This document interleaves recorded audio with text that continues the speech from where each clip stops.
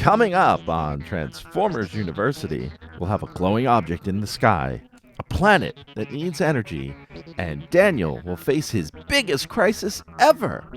Or will he? It's all coming up right now on Transformers University.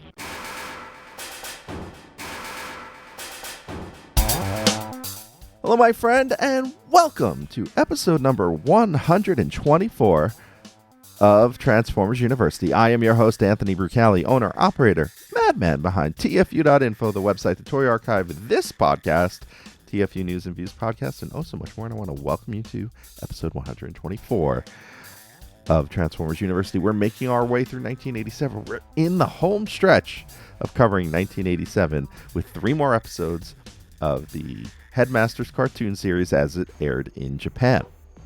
But before I get to that, I do want to note some things going on the podcast, on the channel. If you haven't checked it out, TFU News and Views number 59 posted a couple days ago, maybe a week or so ago by the time you hear this. It's really good time for me to talk and chat about where I am in my fandom and in my collecting journey. So if you haven't checked it out, I do implore you to check it out. It's a good listen. Plus, we go over all the Transformers 1 news and the Rise of the Beast trailer and a cool story from my past about 25 years ago. So if you haven't checked it out, do check it out. If you have checked it out and you've liked it, drop me a line. Hit me up on Twitter at TFU_info. Comment on the YouTube page if that's where you watched it. Send me a note somewhere and just let me know what you think. All right, now let's jump into the 3 episodes we're going to cover today.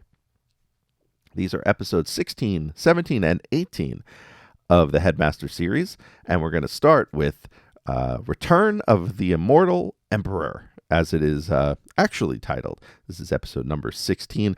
Original air date, November 20th, 1987. Over a month between that episode and the previous episode, which had aired on October 16th, 1987. So we have a gap of time. And part of this is because we're entering a new story phase in the Headmaster series. I wouldn't say this is the beginning of an arc. These are kind of the fill-ins that lead to that next arc. And this one here is called Return of the Immortal Emperor. That is the official title. And the Shout menu, the Shout Factory DVD menu, has it as Return of Galvatron. And of course, can't forget the Omni Productions version, which says this: The indestructible King Galvatron. Now, I gotta say, between the Shout Factory and the and the Omni Productions version, they're giving away the ending. So what happens is we revisit the whole story of Mars exploding, and the narrator on the Omni version explains how this is going to affect the solar system. After Galvatron destroyed Cybertron, the cool and devious Scorponok took charge of the Decepticons and led them to blow up Mars. The equilibrium of the universe has been upset due to the explosion, and the gravity between stars has been greatly affected. In space,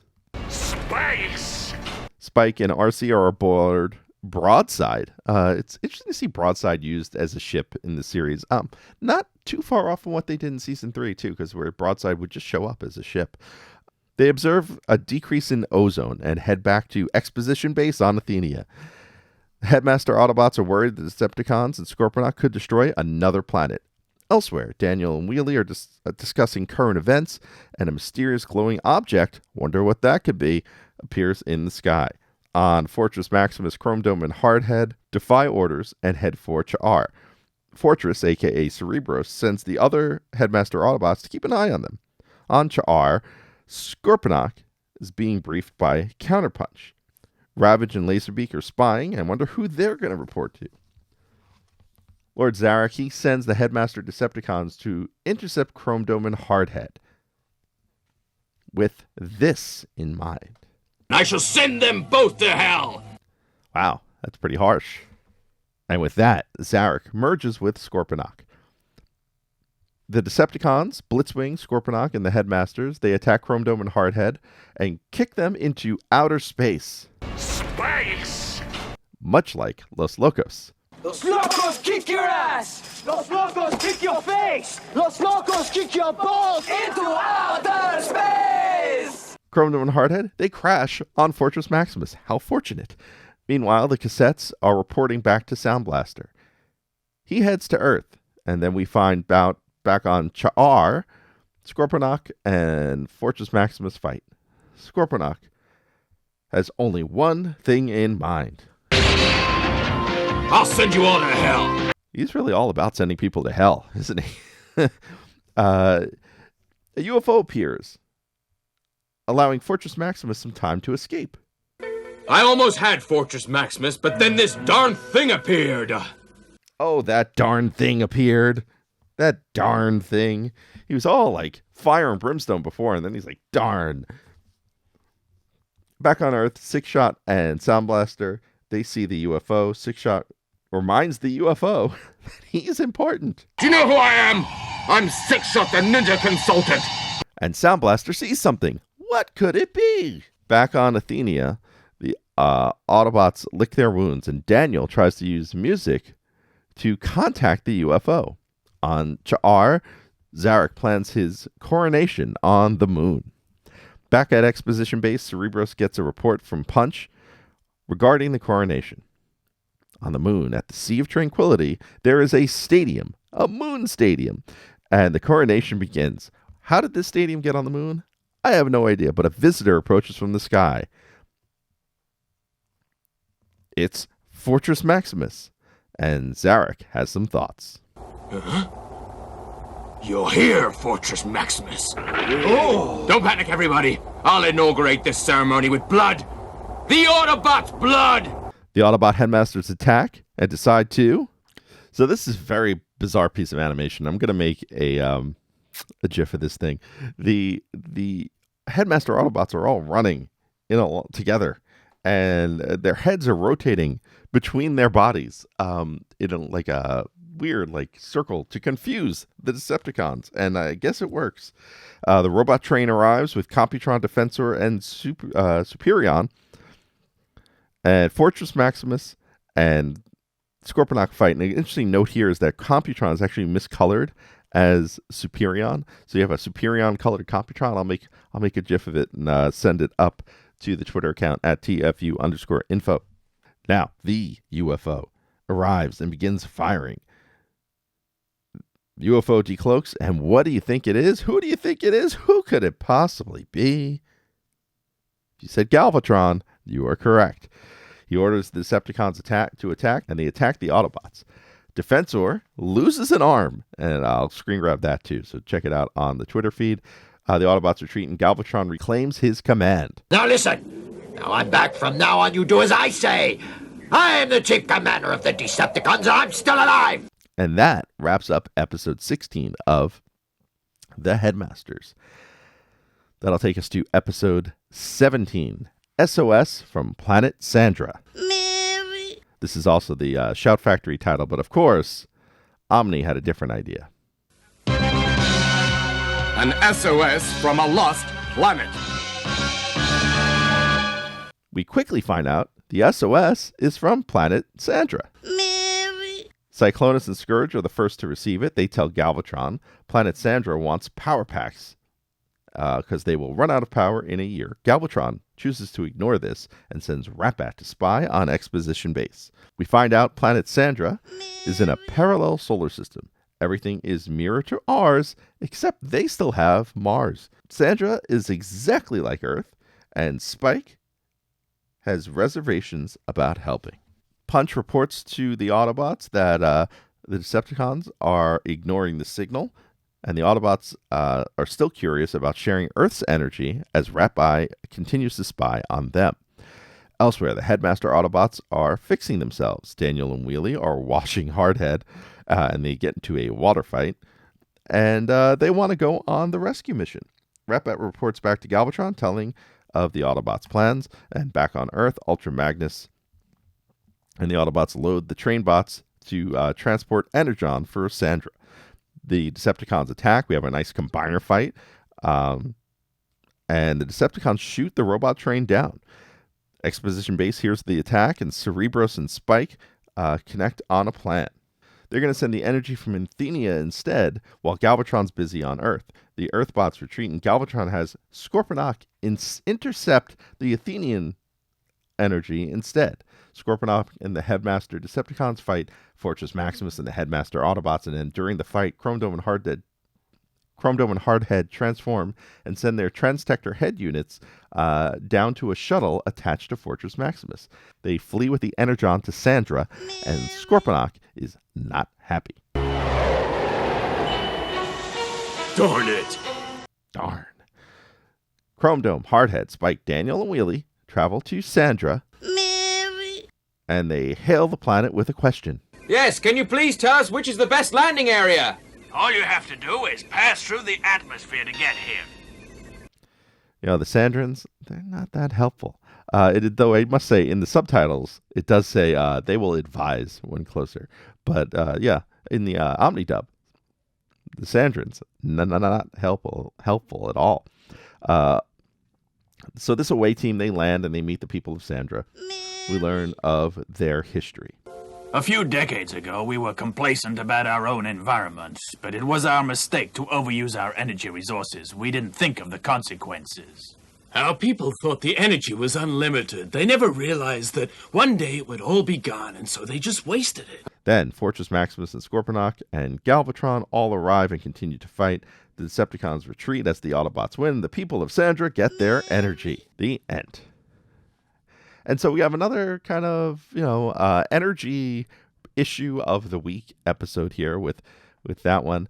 I do like they're expanding out the universe. One thing I've noticed in these two episodes is they're really relying heavily on the Decepticons blew up Mars and what that means for the universe. And actually, we're going to see that a little bit in the next episode we talk about as well, right after this.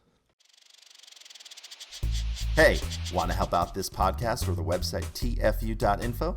There's a number of ways you can do it. Let me tell you how. You can help us directly by joining our Patreon and enrolling as a student at Transformers University. There, you'll get early access to the podcast as well as exclusive behind-the-scenes peeks and perks for as little as $1 a month. Sign up is quick and easy. Just swing on by to www.patreon.com/TFUINFO. Another way you can help us is by using our Amazon link, www.tfu.info/Amazon.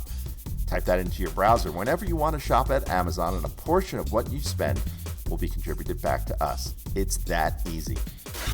Finally, you don't become the world's longest running transforming toy archive without some help from other fans. We're always on the hunt for photos of figures and accessories we're missing from our pages. If you'd like to contribute, go to tfu.info/help for a list of what we need, or send an email to info@tfu.info. tfu.info, the Alpha Trion and Omega Prime of transforming toys. Now, back to the show. And that takes us to the final episode we will talk about this time around. This is episode 18. Daniel faces his biggest crisis ever, which is the official title and the Shout Factory title. But of course, Omni Productions has a different point of view. Danny, the little hero.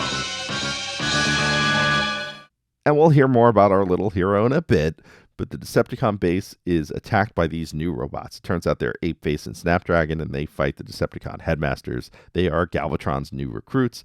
The fighting is broken up. Counterpunches spying and reports back to Exposition Base. Spike, he has a plan.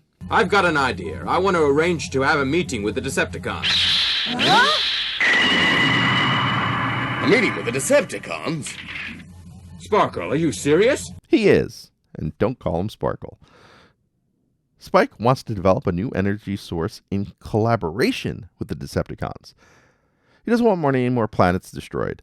Finally, someone admits to how this is really damaging the universe. You see, the space bridge to Mars has already been destroyed, and because of that, the gravity force has been destabilized. That's right. If the equilibrium has been affected, then the whole galaxy will go. That's right, sir. Then we'll have a major disaster on our hands. To stop further destruction of the universe, we have to forget our differences and go ahead with the meeting with the Decepticons. Commander, this is important. Will you support my idea? I missed the space bridge to Mars. I was out there counting stars. But wait, Mars wasn't? Mars was a major disaster. This is the whole thing we're talking about, an entire planet removed from a solar system. Finally, the Autobots agree, and Spike is happy. That's right, his idea. I always find it funny that the Omni Productions folks have such weird things going on with how they speak English, given that most of those folks were English-speaking natives from either from either the UK or South Africa.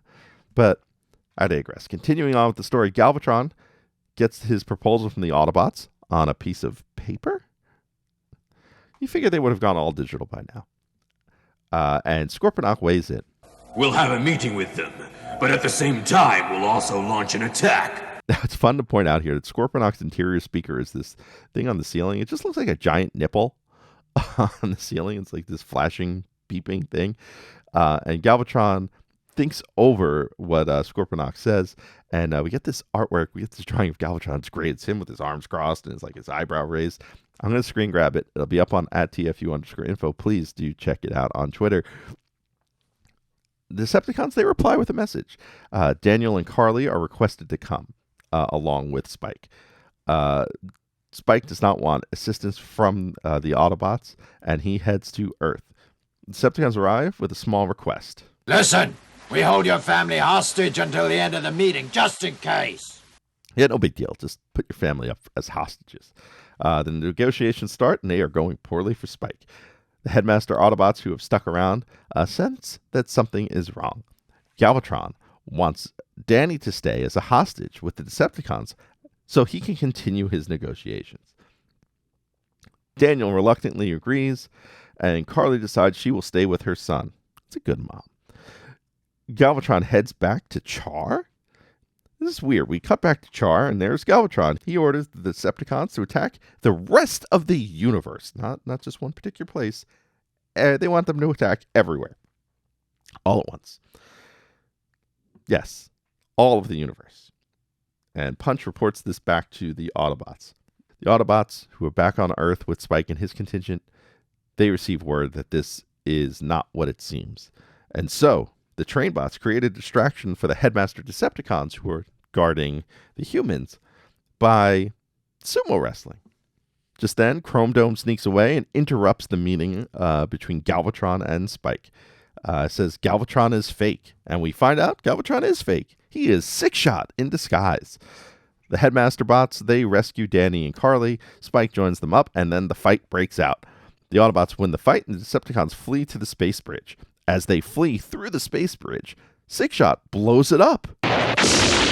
Six-Shot, in order to stop the Headmasters from following him in, bombed the space bridge.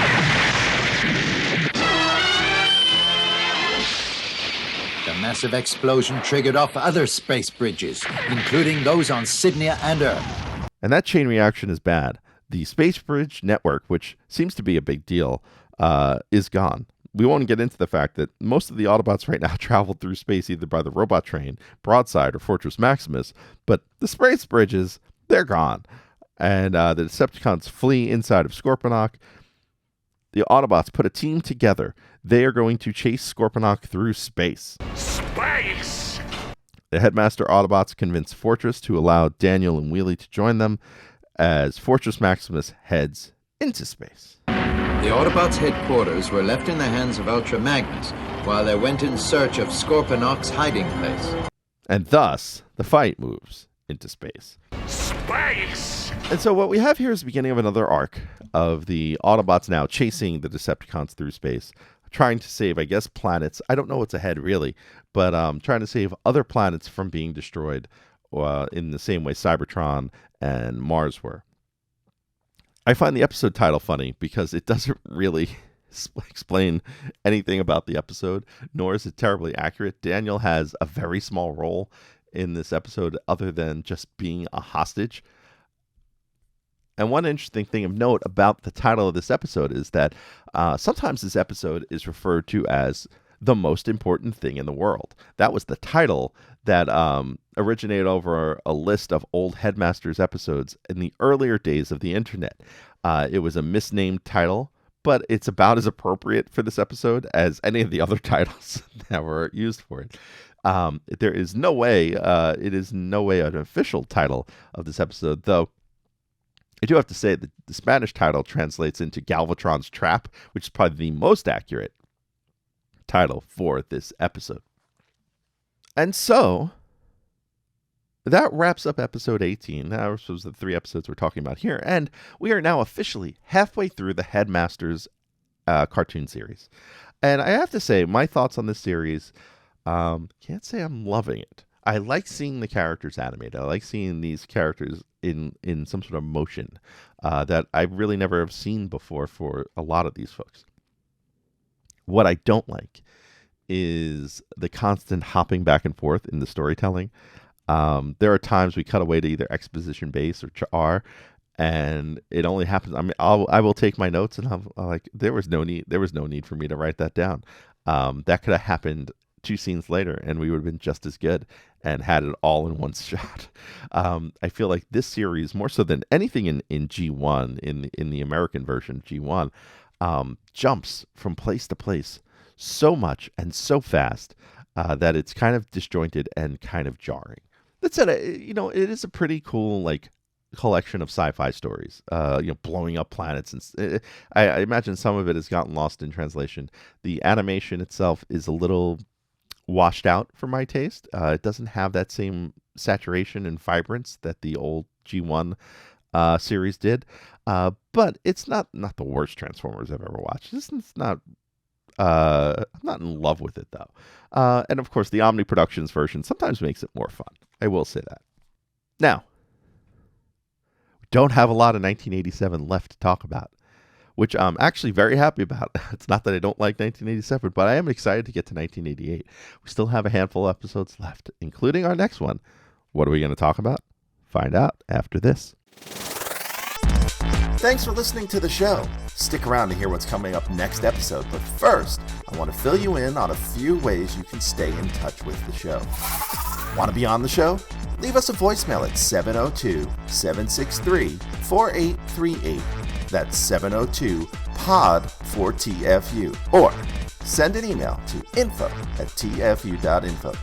Be sure to catch us on Twitter at TFU_info and on Facebook and Instagram under the username TFU.INFO, all one word.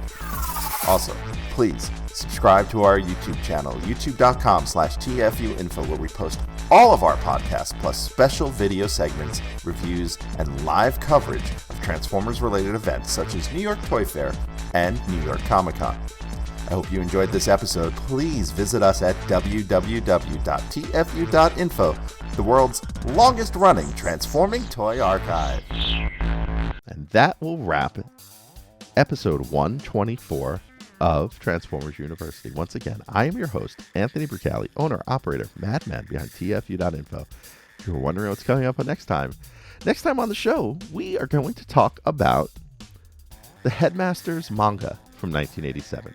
We'll have a handful of issues to go through. We'll talk about some killer art. These stories were republished by Viz Media a couple of years ago. You can totally buy it on Amazon. I'll include a link next week in the show notes for that. They're all in volume 2 if you want to get a head start.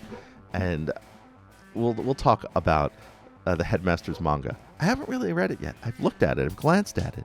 But there always seems to be cool and weird stories. I know last time we talked about manga, there was Combaticons killing a puppy. We had combining mini-bots in vehicle mode. We had all sorts of weird stuff. And I'm really hoping this next batch of stories has that same level of weird stuff. You'll have to join me for the ride next time. Till then, I am your host, Anthony Brucali, owner-operator, madman behind TFU.info. See ya.